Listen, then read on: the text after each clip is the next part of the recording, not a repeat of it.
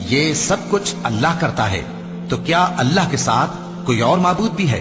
ہرگز نہیں۔ یہ لوگ جو شرک کرتے ہیں اللہ کی شان اس سے بلند ہے۔ بھلا کون خلقت کو پہلی بار پیدا کرتا پھر اس کو دوبارہ پیدا کرے گا؟ اور کون تم کو آسمان اور زمین سے رزق دیتا ہے؟ یہ سب کچھ اللہ کرتا ہے، تو کیا اللہ کے ساتھ کوئی اور معبود بھی ہے؟ ہرگز نہیں۔ کہہ دو کہ مشرکو، اگر تم سچے ہو تو دلیل پیش کرو۔ کہہ دو کہ جو لوگ آسمانوں اور زمین میں ہیں اللہ کے سوا غیب کی باتیں نہیں جانتے، اور نہ یہ جانتے ہیں کہ کب زندہ کر کے اٹھائے جائیں گے، بلکہ آخرت کے بارے میں ان کا علم ختم ہو چکا ہے، بلکہ یہ اس کی طرف سے شک میں ہیں، بلکہ یہ اس سے اندھے ہو رہے ہیں۔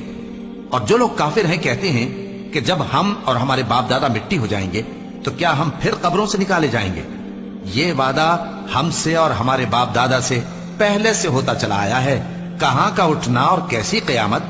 یہ تو صرف پہلے لوگوں کی کہانیاں ہیں۔ کہہ دو کہ ملک میں چلو پھرو، پھر دیکھو کہ گناہگاروں کا انجام کیا ہوا ہے، اور ان کے حال پر غم نہ کرنا، اور نہ ان چالوں سے جو یہ کر رہے ہیں تنگ دل ہونا۔ اور کہتے ہیں کہ اگر تم سچے ہو تو یہ وعدہ کب پورا ہوگا؟ کہہ دو کہ جس عذاب کے لیے تم جلدی کر رہے ہو شاید اس میں سے کچھ تمہارے نزدیک آ پہنچا ہو، اور تمہارا پروردگار تو لوگوں پر فضل کرنے والا ہے، لیکن ان میں سے اکثر شکر نہیں کرتے۔ اور جو باتیں ان کے سینوں میں پوشیدہ ہوتی ہیں اور جو کام وہ ظاہر کرتے ہیں تمہارا پروردگار ان سب کو جانتا ہے، اور آسمانوں اور زمین میں کوئی پوشیدہ چیز نہیں ہے مگر یہ کہ وہ ایک کتاب روشن میں لکھی ہوئی ہے۔ بے شک یہ قرآن بنی اسرائیل کے سامنے اکثر باتیں جن میں وہ اختلاف کرتے ہیں بیان کر دیتا ہے، اور بے شک یہ مومنوں کے لیے ہدایت اور رحمت ہے۔ تمہارا پروردگار قیامت کے روز ان میں اپنے حکم سے فیصلہ کر دے گا، اور وہ غالب ہے، علم والا ہے۔ تو اللہ پر بھروسہ رکھو، تم تو صاف حق پر ہو۔ کچھ شک نہیں کہ تم مردوں کو بات نہیں سنا سکتے، اور نہ بہروں کو جبکہ وہ پیٹ پھیر لیں آواز سنا سکتے ہو، اور نہ اندھوں کو گمراہی سے نکال کر رستہ دکھا سکتے ہو۔ تم تو انہی کو سنا سکتے ہو جو ہماری آیتوں پر ایمان لاتے ہیں، پھر وہ فرما بردار ہو جاتے ہیں۔ اور جب ان کے بارے میں عذاب کا وعدہ پورا ہوگا تو ہم ان کے لیے زمین میں سے ایک جانور نکالیں گے جو ان سے باتیں کرے گا۔ یہ ہم اس لیے کریں گے کہ لوگ ہماری آیتوں پر ایمان نہیں لاتے تھے۔ اور جس روز ہم ہر امت میں سے ایک بڑے گروہ کو جمع کریں گے جو ہماری آیتوں کی تکذیب کرتے تھے، پھر ان کی جماعت بندی کی جائے گی، یہاں تک کہ جب سب آ جائیں گے تو اللہ فرمائے گا کہ کیا تم نے میری آیتوں کو جھٹلا دیا تھا، حالانکہ تم نے اپنے علم سے ان کا احاطہ تو کیا ہی نہ تھا؟ بھلا تم کیا کرتے رہتے تھے؟ اور ان کے ظلم کے سبب ان کے حق میں وعدہ عذاب پورا ہو کر رہے گا تو وہ بول بھی نہ سکیں گے۔ کیا انہوں نے نہیں دیکھا کہ ہم نے رات کو اس لیے بنایا ہے کہ اس میں آرام کریں، اور دن کو روشن بنایا ہے کہ اس میں کام کریں؟ بے شک اس میں مومن لوگوں کے لیے نشانیاں ہیں۔ اور جس روز سور پھونکا جائے گا تو جو لوگ آسمانوں میں اور جو زمین میں ہیں سب گھبرا اٹھیں گے، مگر وہ جسے اللہ چاہے، اور سب اس کے پاس عاجز ہو کر چلے آئیں گے۔ اور تم پہاڑوں کو دیکھتے ہو تو خیال کرتے ہو کہ مضبوط جمے ہوئے ہیں، مگر وہ اس روز اس طرح اڑتے پھریں گے جیسے بادل۔ یہ اللہ کی کاریگری ہے جس نے ہر چیز کو مضبوط بنایا، بے شک وہ تمہارے سب افعال سے باخبر ہے۔ جو شخص نیکی لے کر آئے گا تو اس کے لیے اس سے بہتر بدلہ تیار ہے، اور ایسے لوگ اس روز گھبراہٹ سے بے خوف ہوں گے۔ اور جو برائی لے کر آئے گا تو ایسے لوگ اوندھے منہ دوزخ میں ڈال دیے جائیں گے۔ تم کو تو انہی اعمال کا بدلہ ملے گا جو تم کرتے رہے ہو۔ کہہ دو مجھ کو یہی ارشاد ہوا ہے کہ اس شہر مکہ کے مالک کی عبادت کروں جس نے اس کو محترم بنایا ہے، اور ہر چیز اسی کی ہے، اور مجھے یہ بھی حکم ہوا ہے کہ میں فرما بردار رہوں، اور یہ بھی کہ قرآن پڑھا کروں۔ اب جو شخص راہ راست اختیار کرتا ہے تو اپنے ہی فائدے کے لیے اختیار کرتا ہے، اور جو گمراہ رہتا ہے تو کہہ دو کہ میں تو صرف خبردار کرنے والا ہوں۔ اور کہو کہ اللہ کا شکر ہے، وہ تم کو عنقریب اپنی نشانیاں دکھائے گا تو تم ان کو پہچان لو گے، اور جو کام تم کرتے ہو تمہارا پروردگار ان سے بے خبر نہیں ہے۔